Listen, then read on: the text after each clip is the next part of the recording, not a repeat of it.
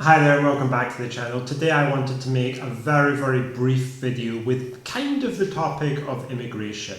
Basically, I've made a few Portugal videos recently on the topics of food and housing and IMA and various other topics like that. And I've received some comments from people who've left comments in the comment section. And I'm also talking about things that have come up in conversations with Portuguese people that I've met, and also comments on other people's videos and indeed the content of some videos that I've watched. And basically what I want to address is that there's a kind of anti-British sentiment among some elements of the Portuguese community here.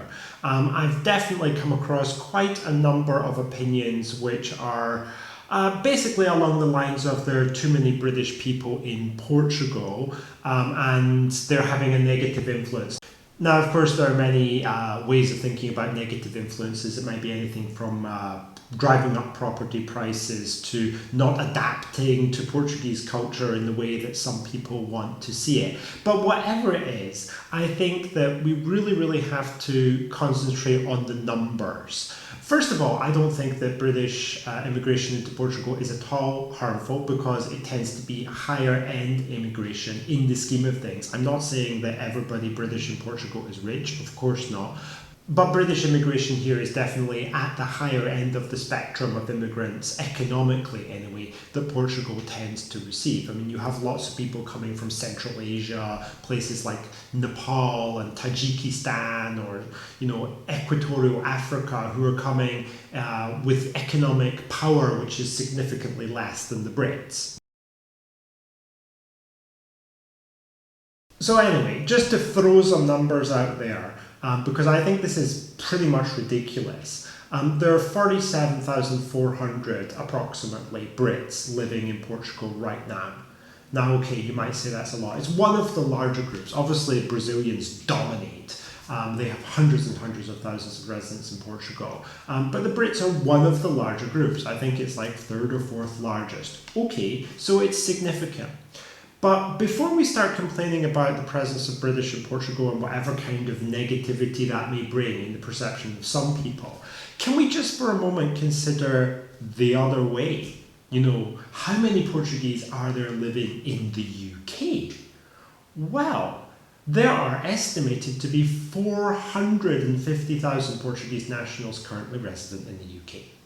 That's a staggering statistic. It represents basically 4.4% of the Portuguese population. In contrast, the British people who live in Portugal represent less than 1/10 of a percent of the British population. So there's quite a chasm between those two numbers. I think in a situation where you have reciprocal migration between two developed nations such as Portugal and the UK, albeit that the UK is perhaps considered to be more developed and wealthy, I don't think it really matters. You're seeing flows in and flows out, and obviously there are more Portuguese in the UK than there are Brits in Portugal, but I don't think that really matters. In the UK there's nobody saying, hey, there are too many Portuguese over here, they're driving up property prices, they're renting houses. They definitely are buying houses in the UK and they definitely are renting properties. I mean, they have to live somewhere. But no one is talking about this. No one is complaining about this. But here in Portugal, on the other hand, you've got far fewer Brits as a percentage of the population living in Portugal, but quite a lot of complaints about it. It strikes me as absurd.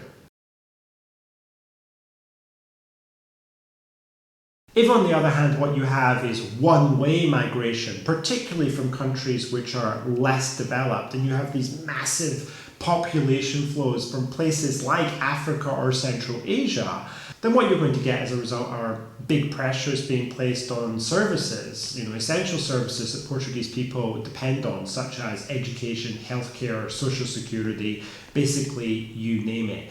If you bring in people from like Ireland or the UK or Germany, the chances of those guys getting on benefit in Portugal is remote. I mean, there may be one or two cases, I'm sure there are some, right?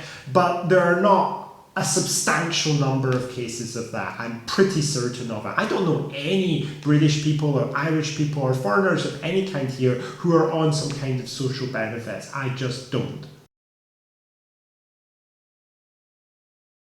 So I really think that the Portuguese people who have this kind of not particularly friendly attitude towards British people. Now, I'm British, well, it's one of my nationalities, but I identify probably most closely as a British person because I grew up there.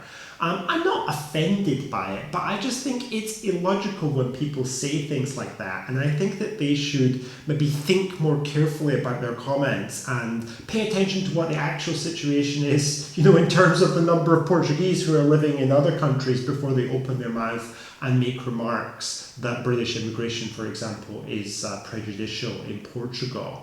And I really think they need to open their eyes to the reality of immigration in Portugal, which is most of it is not coming from places like Britain and America and Ireland and Germany. No, it's not. It's coming from places like Brazil and Africa and Central Asia. That is where the pressure is coming from. Waves of people coming from there.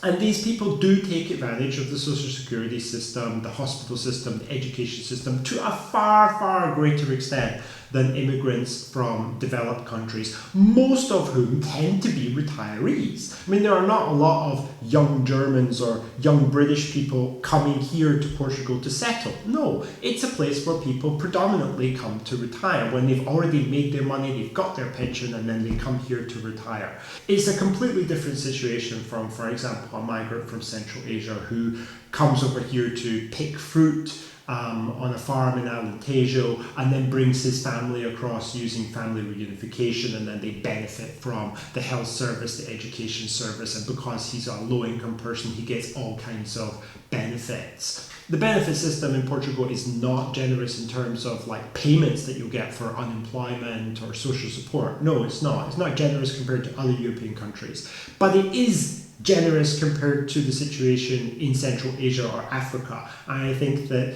people come here to take advantage of that. That's just the reality. They do it in every European country. It's not exclusive to Portugal, but it does happen, it is happening, and it will continue to happen until something is done to stop it. Alright, well that wraps up this video, or you can say that wraps up that little rant. I hope people found the content useful. If anyone has any remarks to make, maybe they agree or disagree with my position, please let me know in the comments below. Try to be gentle, but I really don't care. I won't be deleting anything. It's all fun and games to me. So thank you very much for watching, and I'll see you soon in the next video.